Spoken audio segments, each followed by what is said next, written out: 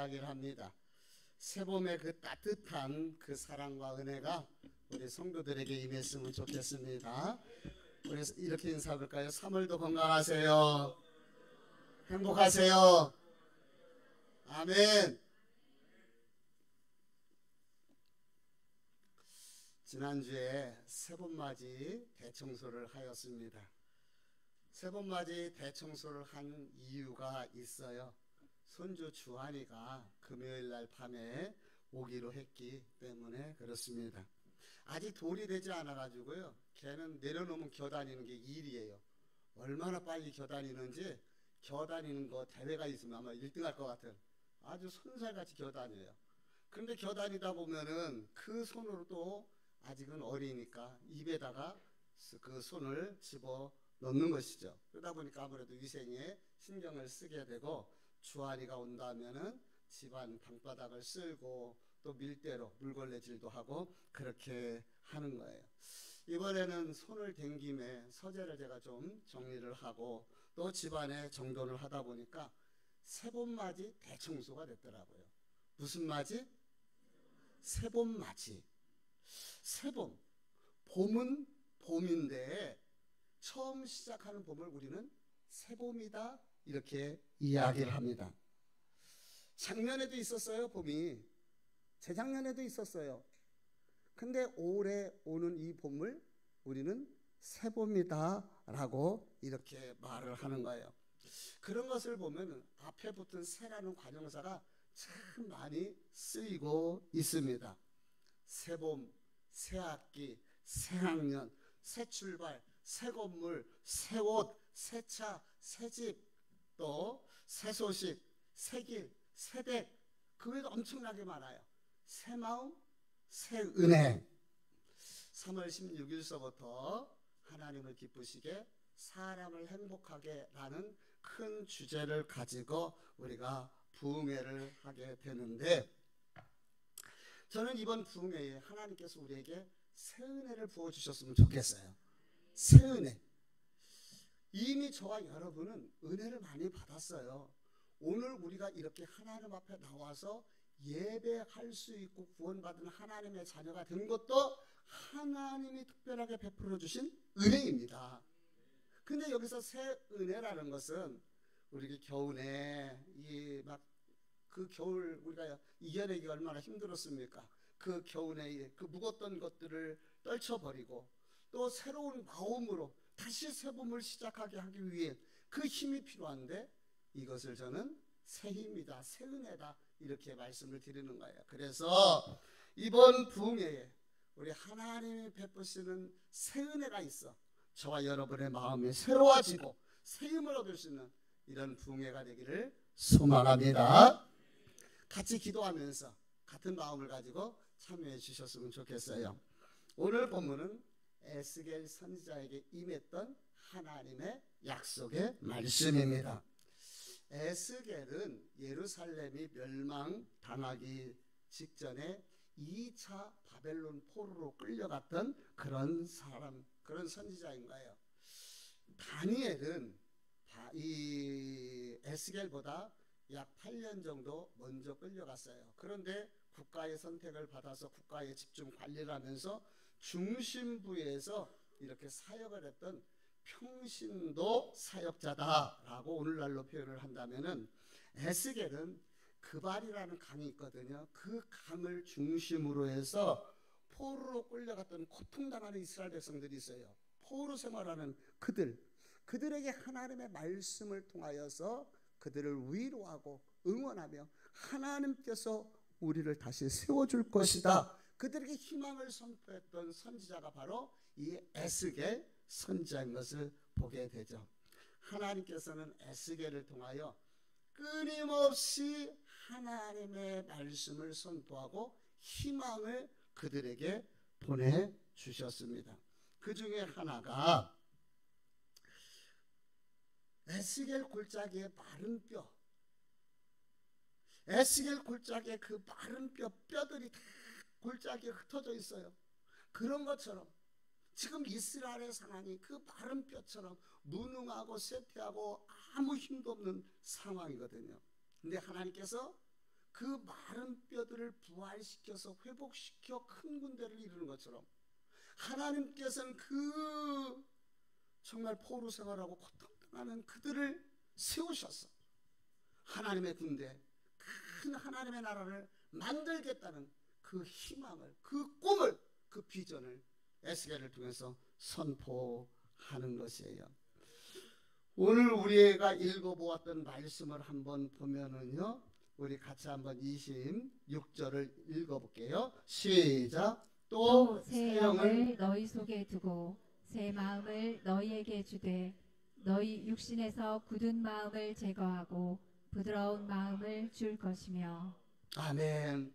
하나님께서는 이스라엘 백성 그 포로 된 그 고단한 그들에게 새 영을 부어주시고 새 마음을 주시겠다고 그렇게 약속을 하고 있어요. 하나님께서 새 영으로 새 마음으로 그들을 새롭게 만들어 갈 것이다, 언약이 있는 것이죠.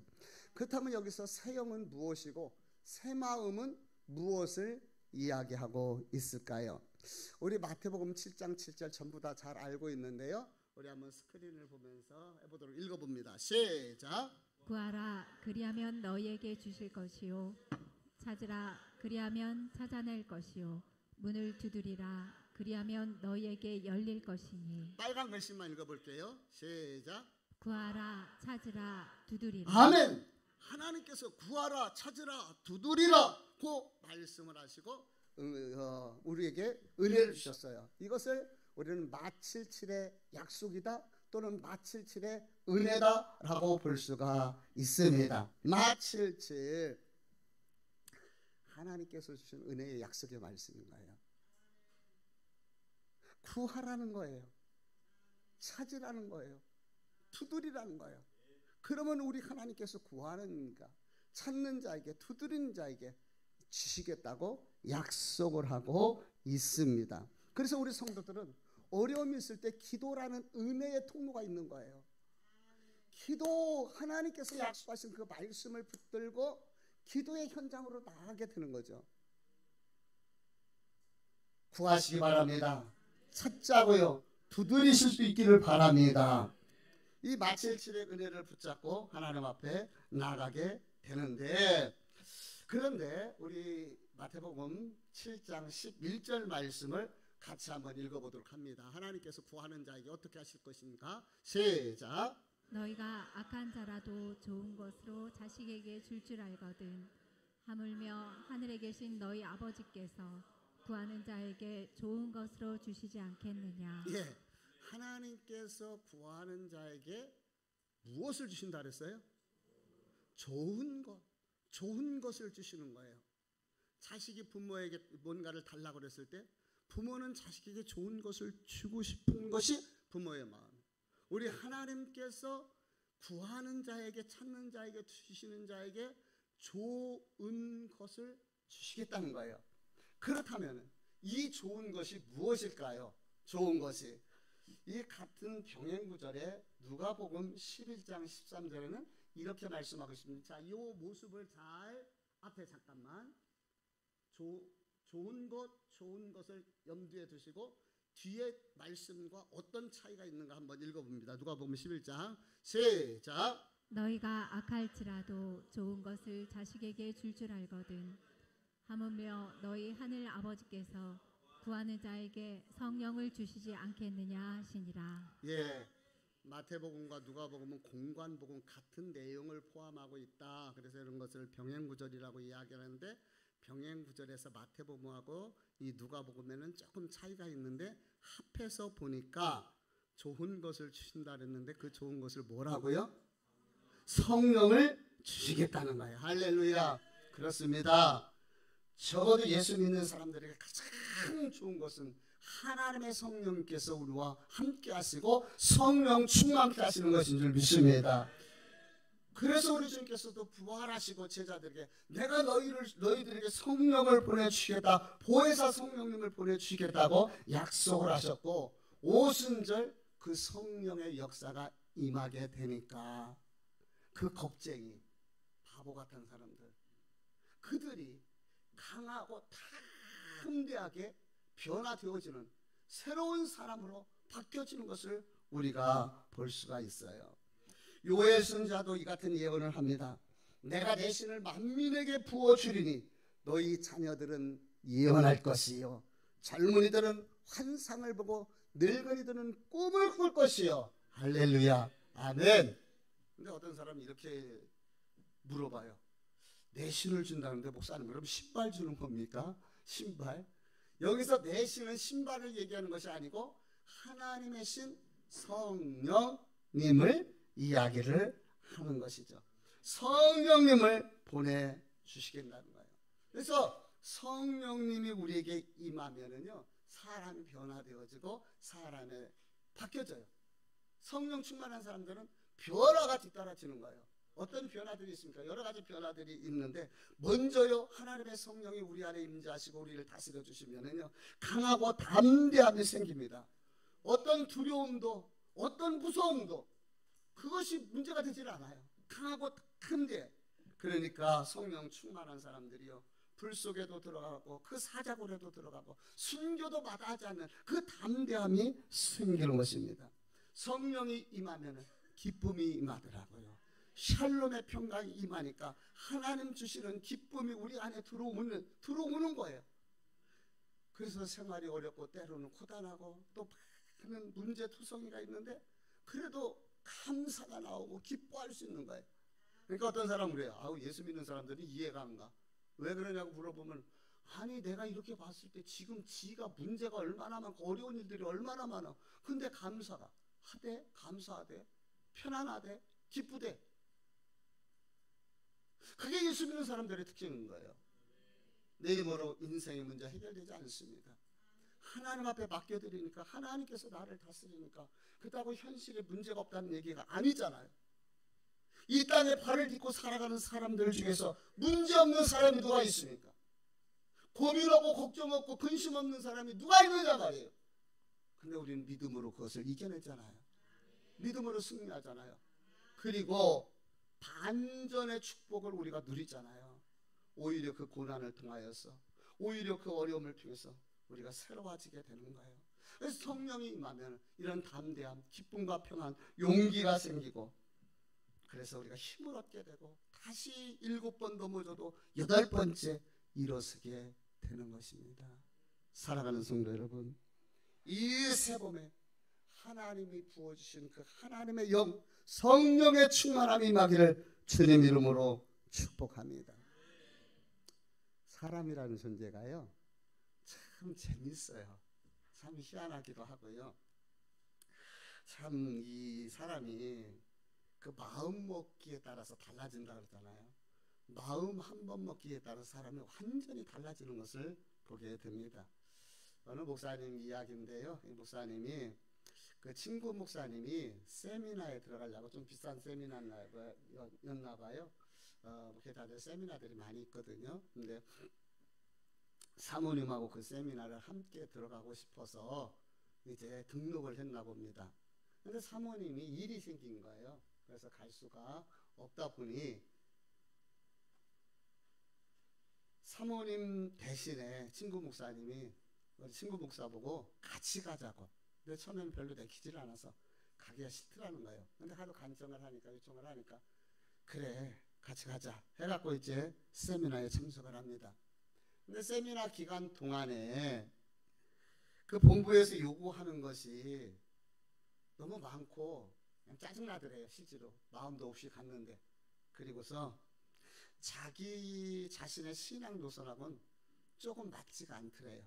그래서 돌아오고 싶은 마음이 굴뚝 같은 거예요. 그건 친구 때문에 못하는 거예요. 그때에 이런 생각을 하게 됐다고 합니다.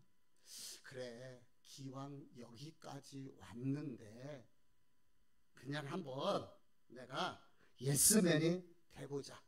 그냥 하라는 대로 한번 따라서 해보자. 이 마음을 먹었대요. 그랬더니 신학교 다닐 때의 자신의 모습이 떠오르더라는 겁니다. 신학교 다닐 때 그때 자신의 별명이 예스맨이었대요. 교회에서 무엇을 시키든지 무조건 예, 아멘, 예스 했더라는 거예요.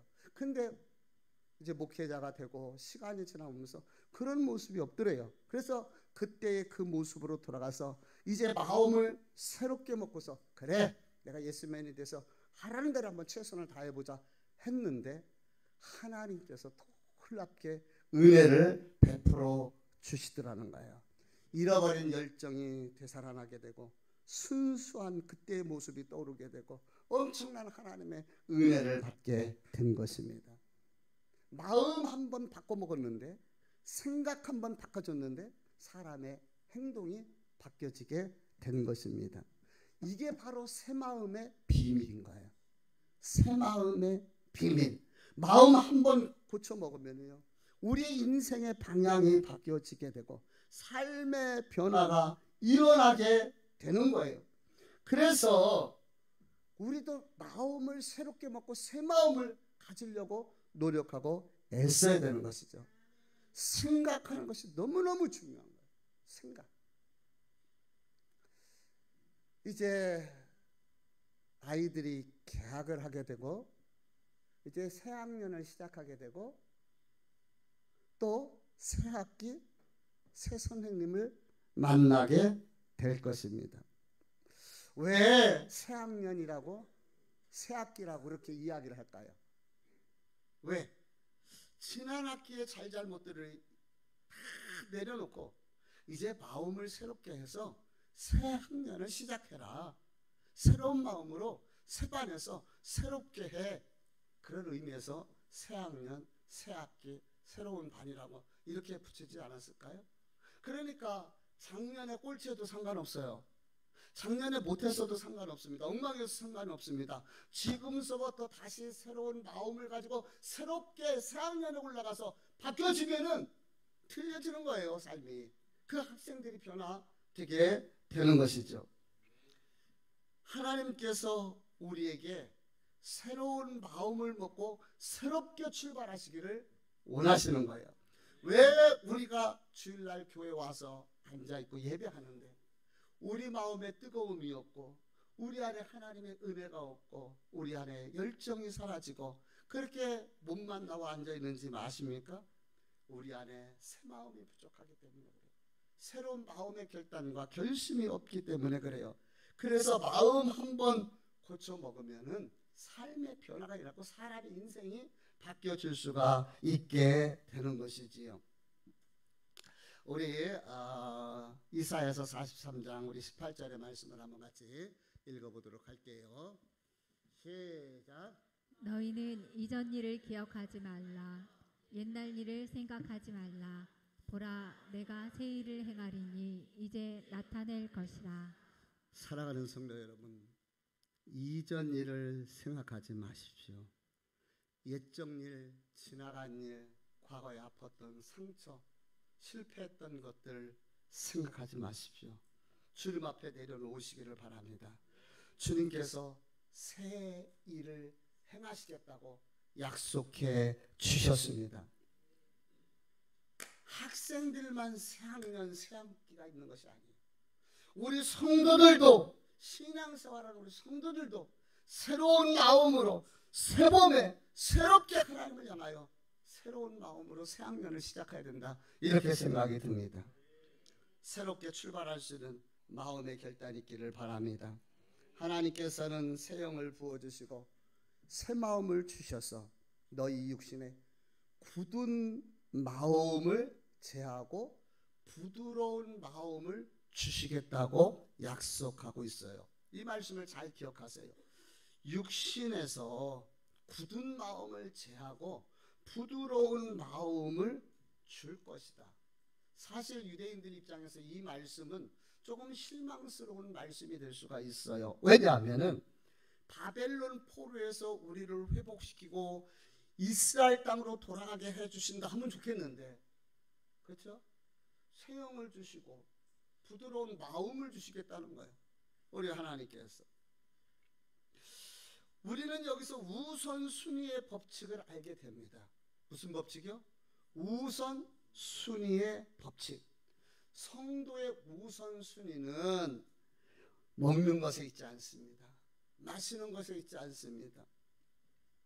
성도의 우선순위는 하나님께 있고 그 나라와 그 의를 구하는 것이 우리 성도들의 우선순위, 삶의 우선순위가 되어야 되는 것이에요. 성경은 사람의 마음을 밭으로 비유하잖아요. 그래서 굳은 마음, 굳은 밭을 이야기하거든요. 그 굳은 밭은 돌짝밭 같은 또는 단단하게 굳어져 있는 길가밭 같은 이런 밭을 이야기하는 거예요. 그런데 부드러운 마음, 이것은 옥토를 이야기하는 것입니다. 굳은 곳에 씨를 뿌려보면은 씨가 제대로 싹이 나서 뿌리를 내리고 자라날 수가 있다 없다? 없어요. 굳은 곳에서는, 굳은 곳, 굳은 마음에서는 하나님의 말씀의 씨가 떨어져서 그 말씀의 씨가 그곳에서 자라나고 성장할 수가 없습니다. 씨를 심을 때에, 뿌릴 때에 부드러운 옥토에다 심어서 그곳에서 30배, 60배, 100배의 열매가 나타나는데, 근데 굳은 마음은 열매가 나타나질 않아요. 그래서 맨날 하나님 말씀 들어도 변화가 없고 성장이 없게 되는 것이죠. 굳은 마음은요, 거칠어진 마음이에요. 따라서 합시다. 굳은 마음은 거칠어진 마음이다. 이것은 육신의 마음이에요. 살다 보면 우리 마음이 거칠어집니다. 마치 여러분 기억나나요? 지금은 뭐 그럴 리가 없어요. 요즘은 따뜻한 물도 나오고 손도 잘 씻는데, 우리 어렸을 때 이맘때쯤 봄방학하고 뭐 또 이렇게 학교 갈 때쯤이면요, 손이 어떻게 돼요? 다 터가지고 거칠어지고요. 그렇죠? 그걸로 그냥 구슬치기 하고 딱지치기 하고, 그러니 손이 거칠어질 수밖에 없는 것이죠.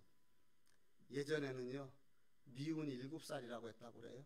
근데 지금은요, 엄마 잡아먹는 7살이라고. 엄마들이요, 애 키우다 보니 마음이 거칠어지지 않을 수가 없습니다. 그래서 엄마들은 다 전사가 되어져 가는 것 같아요. 여전사들.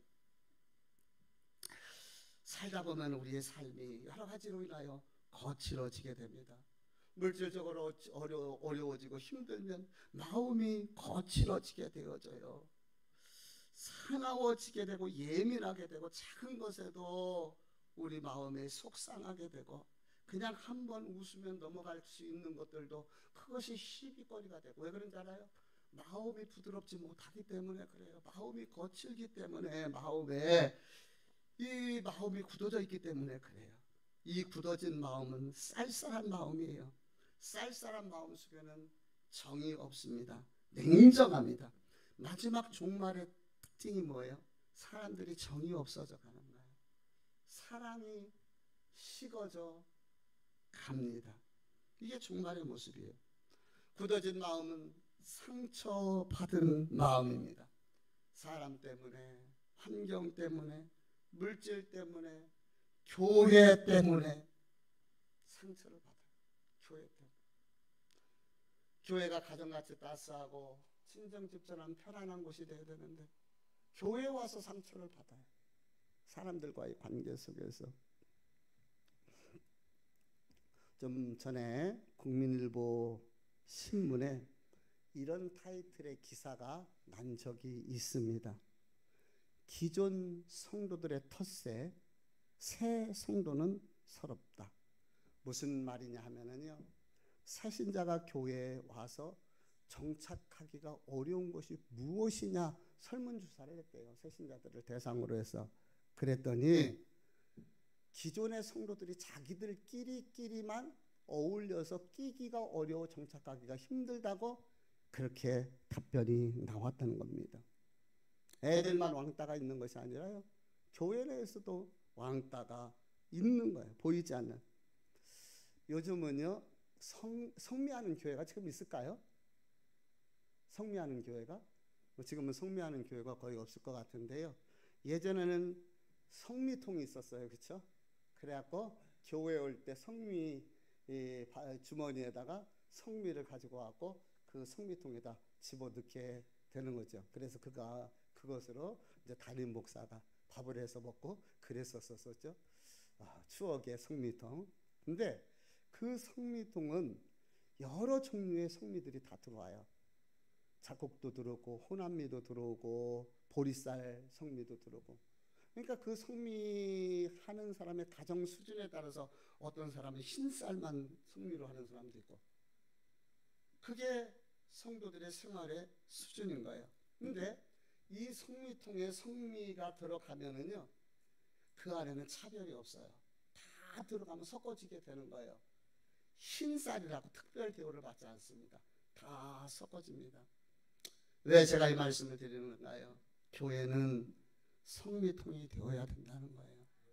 가정같이 따스하고 친정집처럼 편안한 행복이 머무는 곳, 사랑의 공동체가 교회가 되어야죠.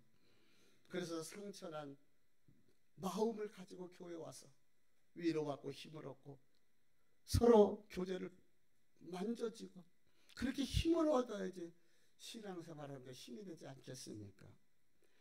그런데 우리 마음이 거칠어요. 상처로 있어요. 그래서 누구를 수용하지를 못해요. 받아들이지를 못합니다. 거친 마음, 쌀쌀한 마음, 그 아픈 마음. 그런데 하나님께서는 그 마음을 부드럽게 따뜻한 마음으로 바꿔주시겠다고 약속하십니다. 부드러운 마음, 그 마음이 따뜻한 마음이에요. 그 마음이 너그러운 마음이에요. 그 마음이 배려하는 마음이요, 기쁨이 채워진 성령이 이끄시는 마음인 줄 믿습니다. 그래서 하나님께서는 그 백성들에게 먼저, 그들을 회복시키기 전에 먼저, 그들을 독립시키기 전에 먼저, 포로를 들려오기 전에 먼저 너희 마음에 새 영을 부어주시고 새 마음을 주겠다고 그렇게 약속을 하셨던 것입니다. 이제 곧 농작물을 심게 될 것입니다. 근데 농작물을 심을 때 그냥 심지 않아요. 반들이 로타리를 치고서 심습니다. 그 로타리를 치면 그 속살들이 다, 밭에 그 흙에 속살들이 다 드러나게 됩니다. 흙이 부드러워야 그곳에 씨를 뿌리고 그 뿌려진 씨에서 열매가 나오는 거죠. 사랑하는 성도 여러분, 밭은 내 마음이다. 내 마음은 부드러운 하나님의 말씀을 받고 하나님의 은혜로 채워진 마음인가, 아니면 거칠고 상처고 또 치유되지 못한 그런 마음이 있는가. 저와 여러분의 심령이 성령의 쟁기로 밭갈이가 시작됐으면 좋겠어요.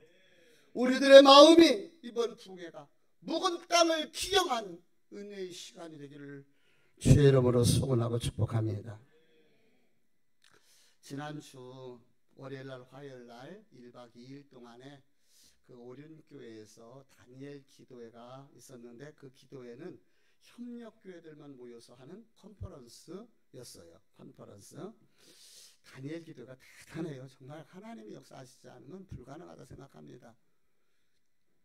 7가지 16,000여 교회가 작년에 참여를 했다고 그래요. 그래서 해외를 빼고는 그 중에서 약 480여 교회가 협력교회가 되어져서 서로 비전을 공유하고 또 연합해서 이렇게 함께 가는, 그래서 그 컨퍼런스를 지난 월요일 화요일 이틀 동안 오륜교회에서 있었습니다. 다니엘을 기도회를 시작한 그 오륜교회 김문호 목사님, 그 목사님이 조기 은퇴를 하시고 이제 다니엘 기도회에 집중하셔요. 그 일이. 그러다 보니까 이렇게 많이 해외도 나가시게 되고 또 국내에도 여러 지역을 다니면서 많은 목사님들, 사람들을 만나보았다고 합니다.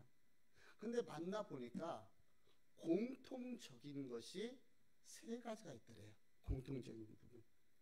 첫 번째로는 가슴이 뜨겁고 따뜻하고 성령의 불이 있는 사람이 있더라는 거예요.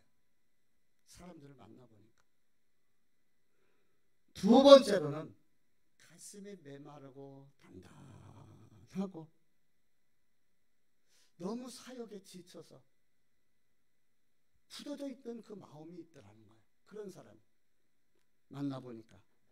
세 번째로는 얼음장처럼 차가운 냉랭한 사람이 있더라는 거예요. 열정도 기대도 갈급함도 첫사랑도 사라지고 마치 라우디게아 교회 성도들처럼 냉랭한 얼음장처럼 차가운 사람들이라는 거죠. 그렇게 세 종류의 사람이 있다고 소개를 하면서 이런 질문을 던지더라고요. 목사님들은 이 세 종류의 사람 중에 어떤 사람입니까?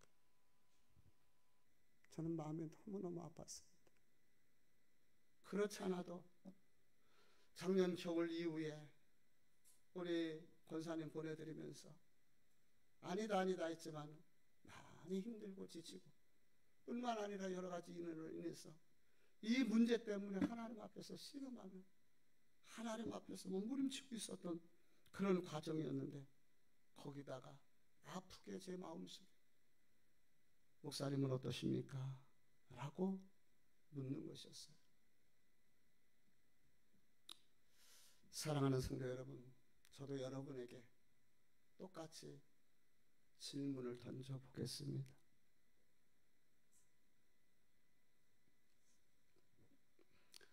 여러분은 지금 어떤 분이신가요? 가슴에 뜨거운 불이 있고 열정이 있고 하나님을 향한 거룩한 마음이 있습니까? 아니면 식어지고 굳어지고 단단해지고 때로는 얼음장처럼 차가운 바리새인처럼 자기 일을 감추고 외식하는 가면을 쓰고서 믿음 좋은 사람인 척하고 이러고 있지는 않습니까? 돈 때문에, 먹고 사는 문제 때문에, 사람 때문에, 건강 때문에 일에 지치고 절에 힘들고 그래서 마음이 단단해지고 굳어지지 않았습니까? 직장 때문에 시간이 없다고 피곤해서 제 얘기입니다. 제 얘기를 하는 거. 이런 자각이 있습니까? 만약에 이런 자각이라도 있다면 그에게는 희망이 있는 줄 믿습니다.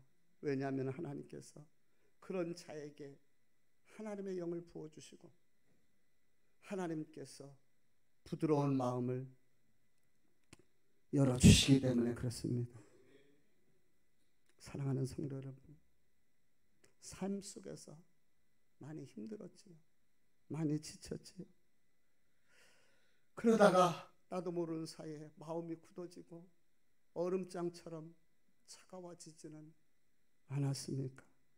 이 새 봄에 하나님이 주시는 새 영이, 새 마음이 있어 새 은혜로 회복될 수 있기를 축복합니다. 이제 16일부터 19일까지 하나님을 기쁘시게 사람을 행복하게 라는 주제를 가지고 송봉환 목사님, 이우종 목사님을 모시고 우리 부흥회를 하려고 합니다. 부흥이라는 이 단어는 국어사전에 보니까 쇠퇴하였던 것이 다시 일어남, 이게 부흥이라는 거예요. 쇠퇴했어요. 쇠퇴해졌어요. 무기력해져 있어요. 약해져 있어요. 이것이 다시 회복되는 것이 부흥이라면 부흥회는 그러한 시간을 갖는 시간이 바로 부흥회인 줄 믿습니다. 그래서 영어는 리바이벌이라고 그렇게 이야기를 하는데 그 리바이벌의 뜻은 돌아가자, 부활 또는 회복하다, 소생하다 같은 의미예요. 그런 뜻을 가지고 있습니다. 우리는 돌아가야 됩니다. 하나님 품으로 돌아가야 됩니다. 신앙의 기본기로 다시 돌아가야 됩니다. 잃어버렸던 야성, 잃어버렸던 능력, 잃어버렸던 열정을 회복하고 하나님께로 돌아가야 돼요. 우리의 마음을 쳐서 겉옷을 찢는 것이 아니라 마음을 찢어서 우리 하나님께로 돌아가야 합니다. 겨우내 얼었던 땅이 솟아나요.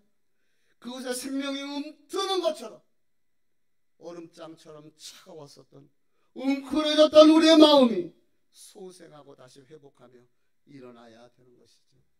이번 부흥회가 다시 하나님의 가슴으로, 아기가 엄마 가슴을 향하여 파고 들어가는 것처럼 하나님의 품으로 파고 들어가는 시간이 됐으면 좋겠고, 우리의 영혼이 소생하며 회복되어지는, 그래서 새로운 마음으로 또 새롭게 내 삶을 살아가며 신앙생활하는 저와 여러분이 될 수 있기를 주님의 이름으로 축복합니다.